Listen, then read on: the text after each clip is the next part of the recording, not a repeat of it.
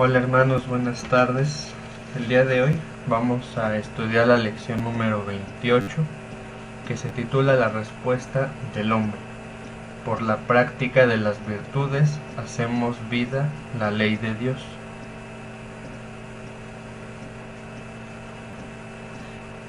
Bueno, en antecedentes hemos visto que el hombre, a partir de la caída del pecado original, no le es posible vencer por sí solo al demonio con sus tentaciones, al mundo con sus fascinaciones y a las propias pasiones con sus excitaciones.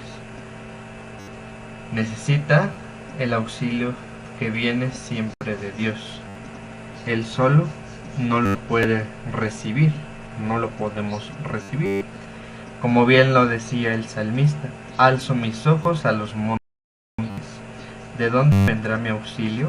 Mi auxilio viene de Yahvé, que hizo el cielo y la tierra. El auxilio divino. Aquí nos dice que ante toda adversidad podemos pedir el auxilio dado que viene de Dios. Él quiere que todos seamos salvos, pues la palabra dice que quiere que todos los hombres se salven y lleguen al conocimiento de la verdad. Esto lo vemos en Primera de Timoteo, del capítulo 2, versículo 4. La correspondencia al auxilio dice que nosotros debemos poner de nuestra parte llevando una vida recta y enriquecedora de virtudes, y para ello podemos solicitar las gracias que vienen de Dios y son necesarias para lograr abundancia de estas virtudes. Como bien lo dijo San Pedro en la palabra, en segunda de Pedro, capítulo 1, versículos 5 al 9, donde dice: poned el mayor empeño en añadir a vuestra fe la virtud, a la virtud el conocimiento y al conocimiento la templanza, a la templanza la tenacidad y a la tenacidad la piedad, a la piedad el amor fraterno, al amor fraterno la caridad. Pues si tenéis estas cosas y las tenéis en abundancia, no os dejarán inactivos ni estériles para el conocimiento perfecto de nuestro Señor Jesucristo. Quien no las tenga es ciego y corto de vista, ha echado al olvido la purificación de sus pecados pasados. Bueno, aquí nos señala Pedro cómo debemos llevar esa virtud. Una vida de virtud se enriquece con otra virtud, y así nos vamos en cadena una tras otra, porque no podemos tener una vida virtuosa solamente teniendo pues una cualidad. Debemos tener varias y vamos a ir explicando un poco más adelante. Bueno, para empezar debemos definir qué es la virtud. Y la virtud la podemos definir como el hábito o disposición permanente por el cual el hombre se inclina a hacer el bien y evitar el mal.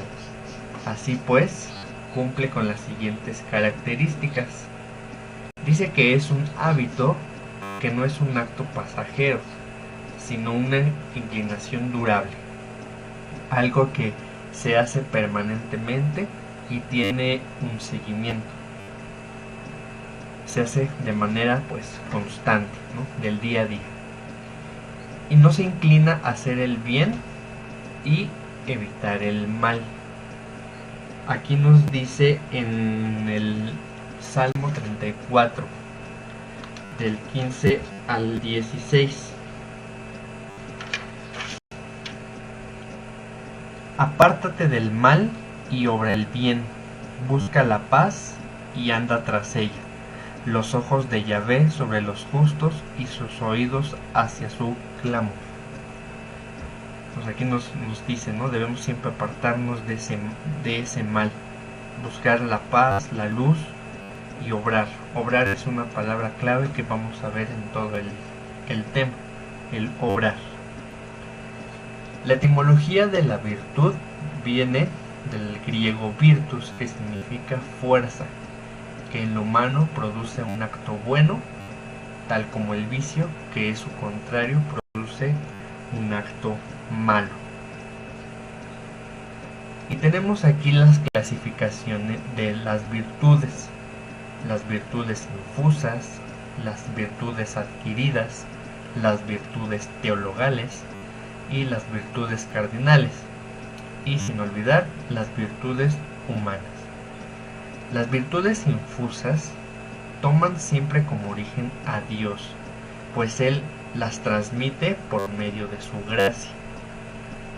Las virtudes adquiridas son las que vamos obteniendo por nuestro medio humano, nuestro hábito que hacemos propio del día a día. Las virtudes teologales tienen como fin a Dios y es su fin sobrenatural. Las virtudes cardinales son las que tienen como objeto al hombre con su relación a sus actos honestos por medio de la razón. Y las virtudes humanas son las provenientes de las virtudes cardinales. En las cardinales hay una clasificación de estas virtudes que vamos a ir explicando poco a poco. Hay que dejar muy en claro, toda virtud proviene de Dios. Como ya dijimos, toda virtud es necesaria pedirla a Dios, ya que el hombre por sí solo no es capaz o no somos capaces de hacer el bien por nosotros mismos, sino corresponder a la gracia de Dios que nos conduce mediante ellas. Las virtudes cardinales son 4. La número 1 es prudencia, la 2 fortaleza, la 3 templanza, la 4 justicia. La prudencia es la virtud que dirige el entendimiento para elegir el buen obrar. ¿No? Siempre obramos tomando en cuenta las circunstancias. Somos más tranquilos al tomar una acción. Antes de hacerla, debemos tener el entendimiento para saber si es buena o mala nuestra obra. La fortaleza es la virtud que fortifica la voluntad para decidir lo que se debe hacer. Es lo que podríamos llamar también nuestra fuerza de voluntad. Sin embargo, la fortaleza, como proviene de Dios, nos ayuda a tener esa fuerza a resistir una obra que a lo mejor no es buena. La templanza modera las pasiones y frena las mismas y los apetitos e inclinaciones a su justo límite. Esto va de la mano con la prudencia. La templanza ya nos permite conocer un límite y saber hasta dónde podemos llegar. La justicia es la virtud que permite dar a cada quien lo que le corresponde. Es ver siempre por la otra persona que por el bien propio.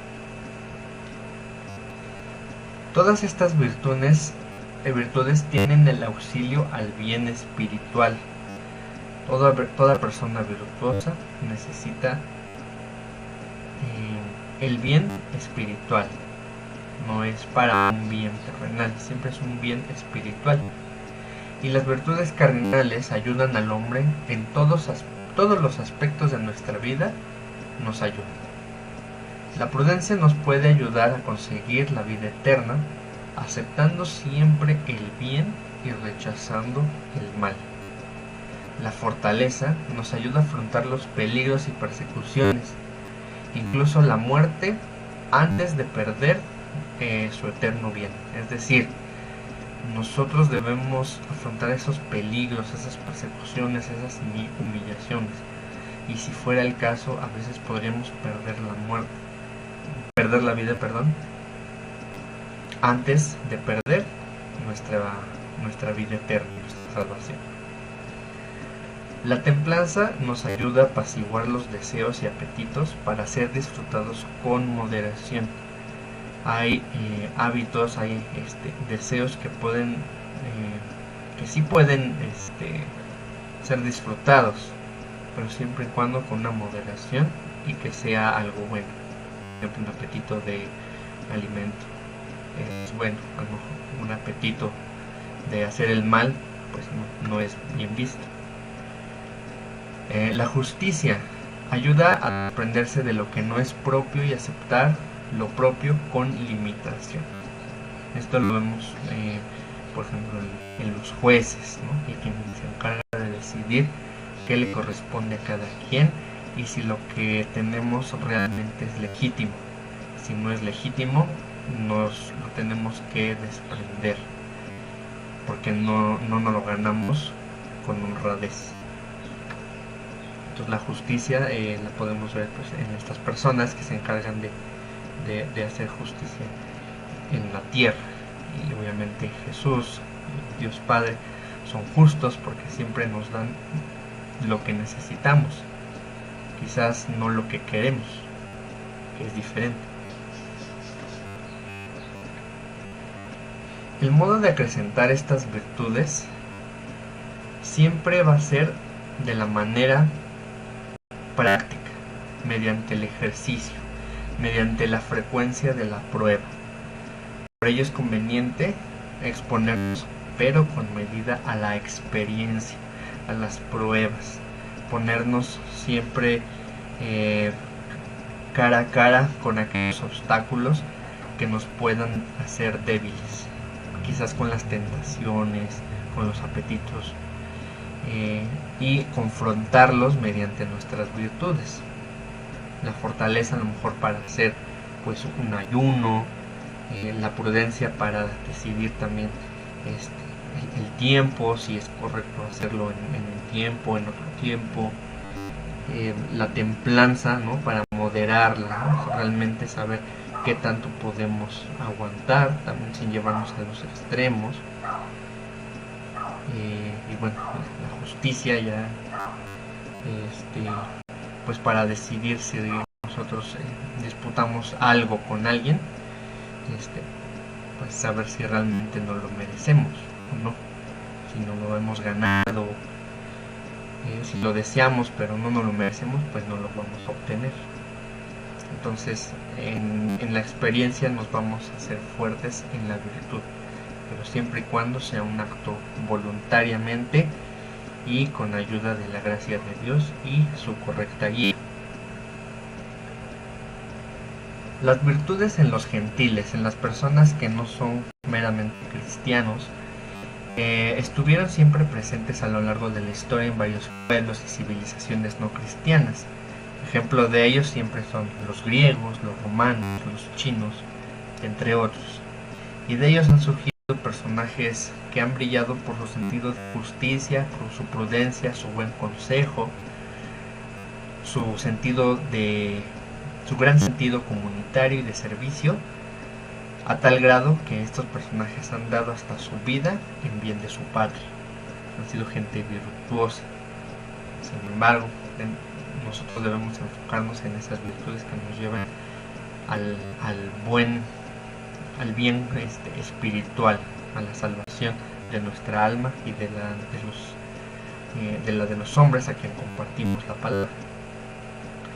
Las virtudes teologales son tres: la fe, la esperanza y la caridad. Estas también llamadas infusas, y solo pueden obtenerse como don de Dios hacia los hombres, y que llamamos gracia. Son una gracia divina, porque no a cualquiera se les da tan fácilmente, y lo vamos a explicar por qué. Todos necesitamos de las virtudes teologales para obtener la salvación de Dios. Y aquí entra pues la inteligencia. La inteligencia y la voluntad no pueden ordenarse rectamente hacia el fin sobrenatural, que es la salvación de Dios, sin estas virtudes según la esencia de ellas. En este caso las clasificamos en tres: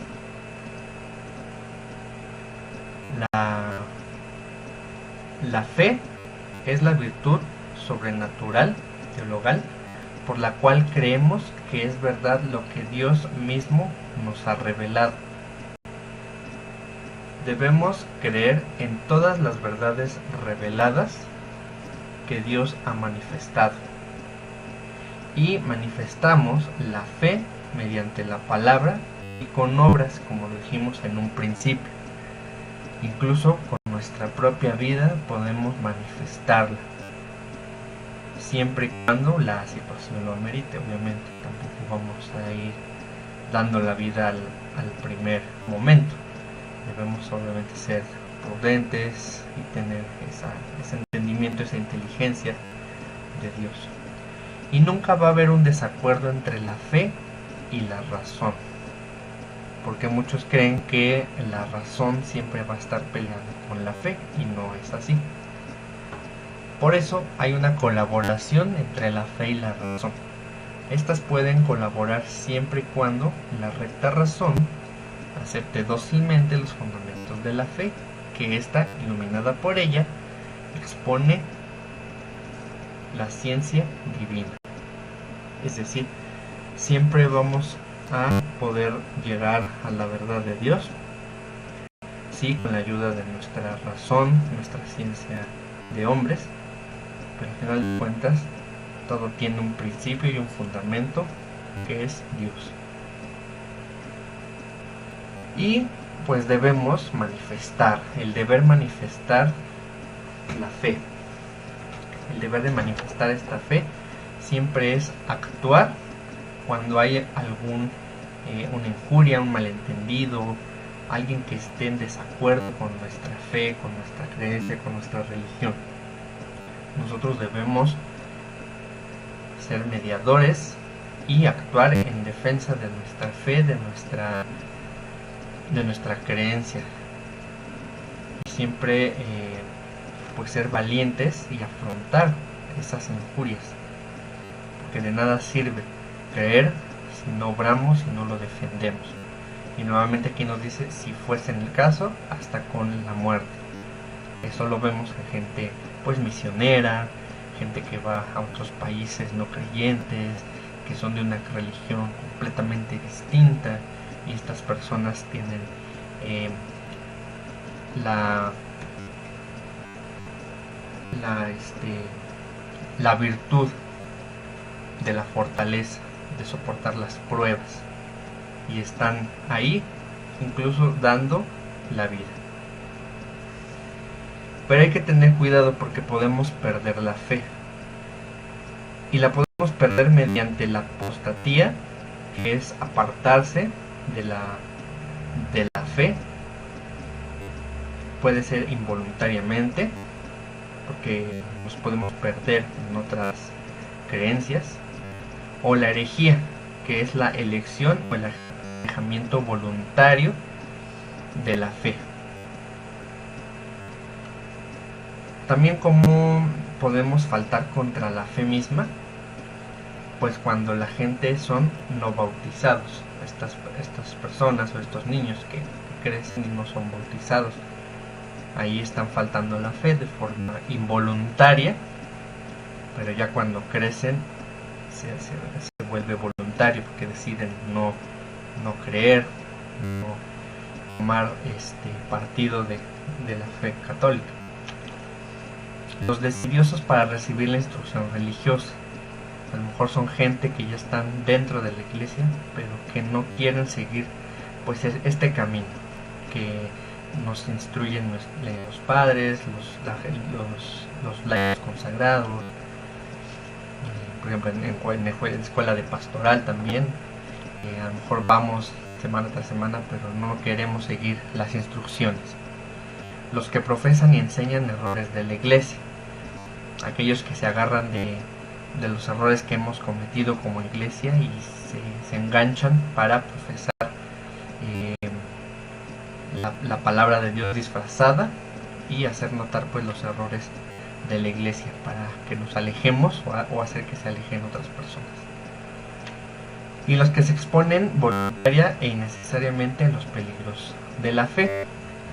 Aquí lo podemos constatar cuando a lo mejor hablamos con personas que no profesan la fe y que están queriendo pues hacernos cambiar de opinión, hacernos creer de fe, y que nosotros por querer estar ahí presentes escuchando, pues a lo mejor podemos dudar en algún momento y caer en esa reconversión hacia otra fe que no es la de nosotros.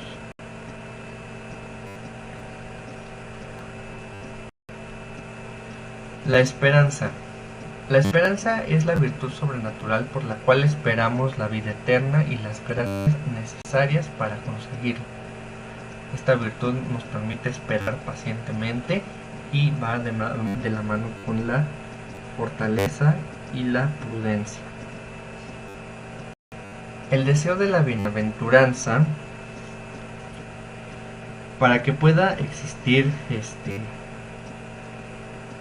la esperanza de la vida eterna, es necesario tener el deseo de obtener la salvación prometida por Dios, porque no es posible esperar sin desear. Porque si no vamos a desear algo, pues no lo vamos a poder esperar, es contradictorio. El deseo de los bienes temporales. Aquí nos habla que el cristiano no pone su confianza en la vida eterna nada más, también la pone en la de los bienes que pueda obtener en la tierra para poder subsistir. Recuerden que los hombres pues vivimos sí del pan espiritual, pero también del pan terrenal. Entonces debemos buscar ese punto medio que ya en alguna lección pasada hablamos, ¿no? De no dejarnos descuidar el cuerpo y nada más llenar el espíritu.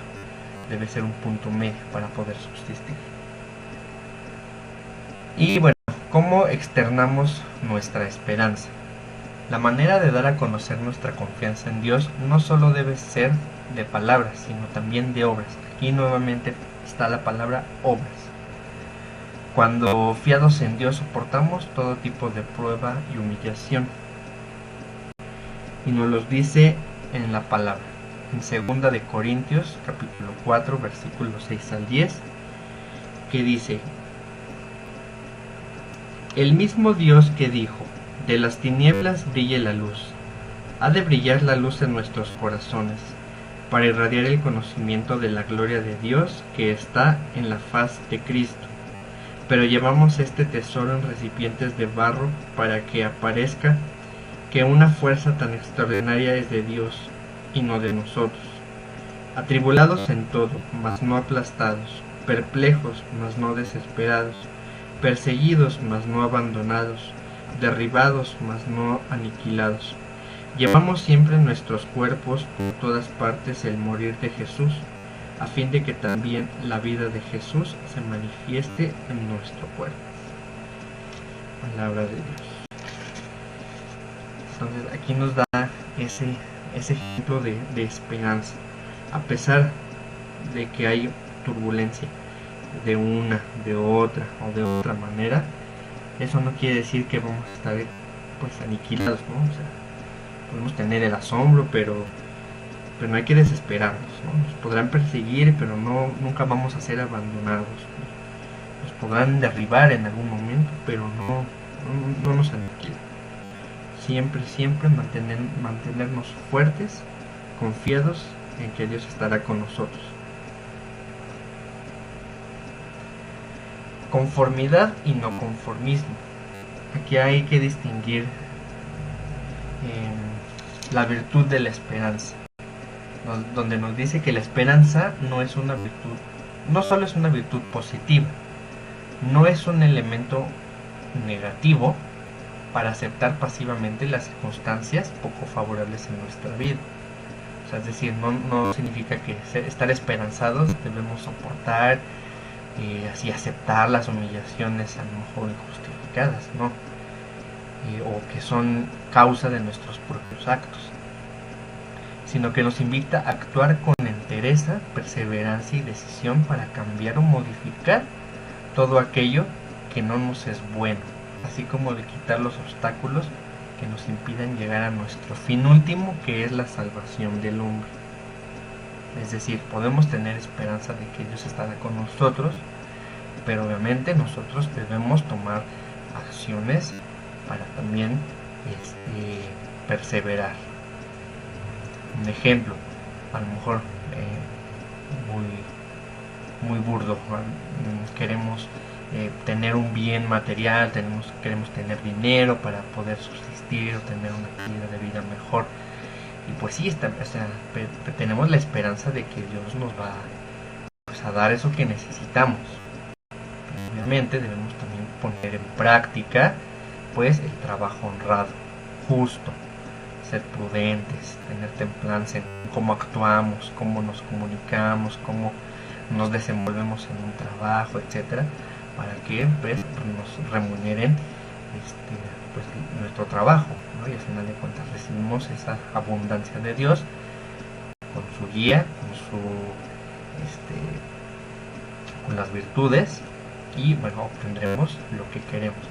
Debemos poner en práctica siempre la palabra, no quedarnos pasivamente a aceptar las cosas, como aceptar nuestra pobreza o aceptar que no podemos, etcétera. Debemos cambiar, debemos también nosotros poner de nuestra parte para poder hacer que esto suceda.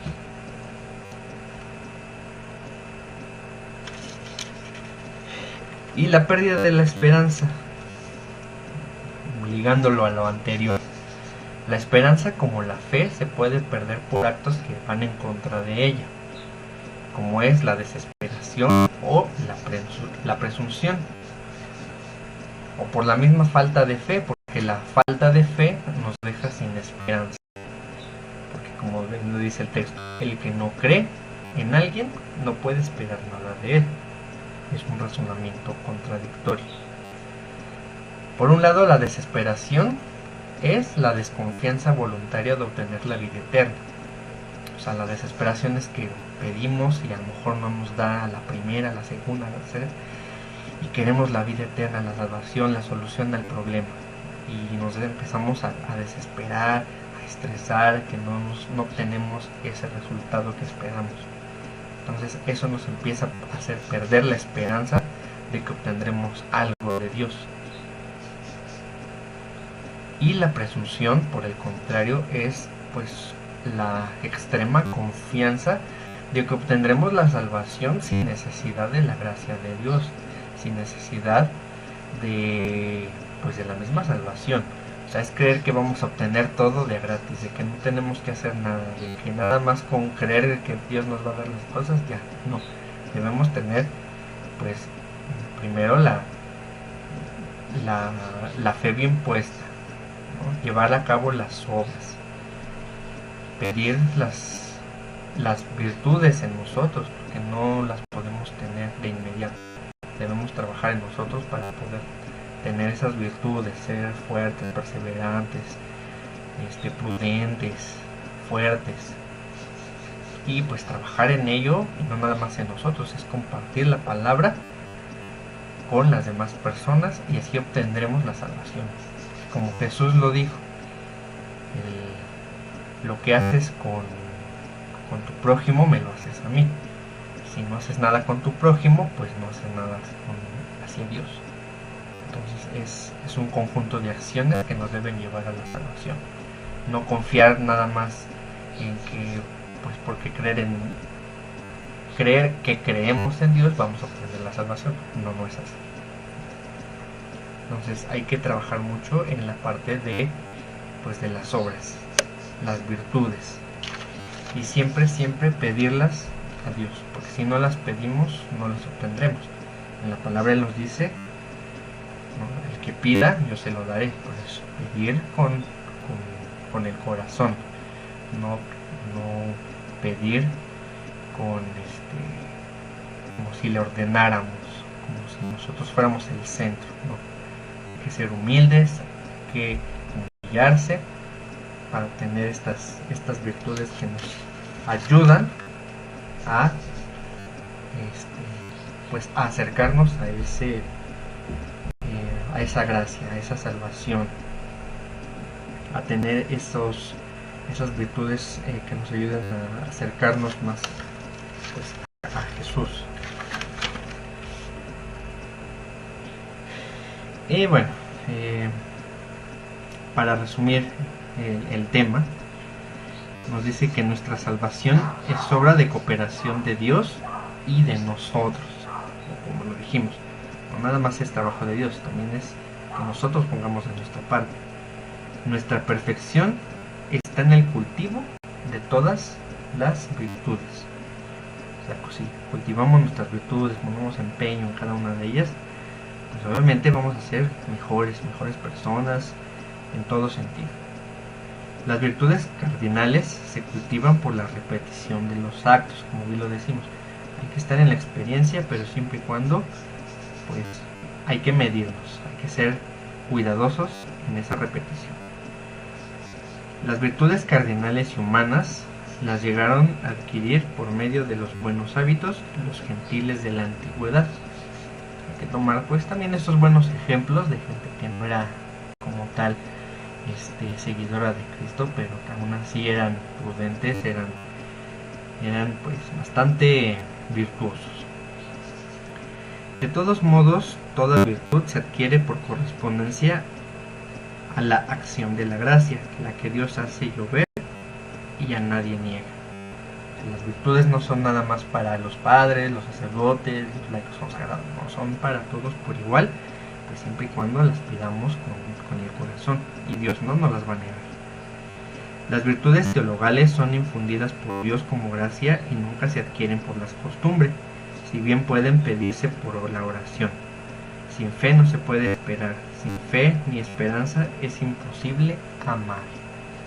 Recuerden que el amor ante todo está en el centro, pues, de lo que Dios quiere que seamos.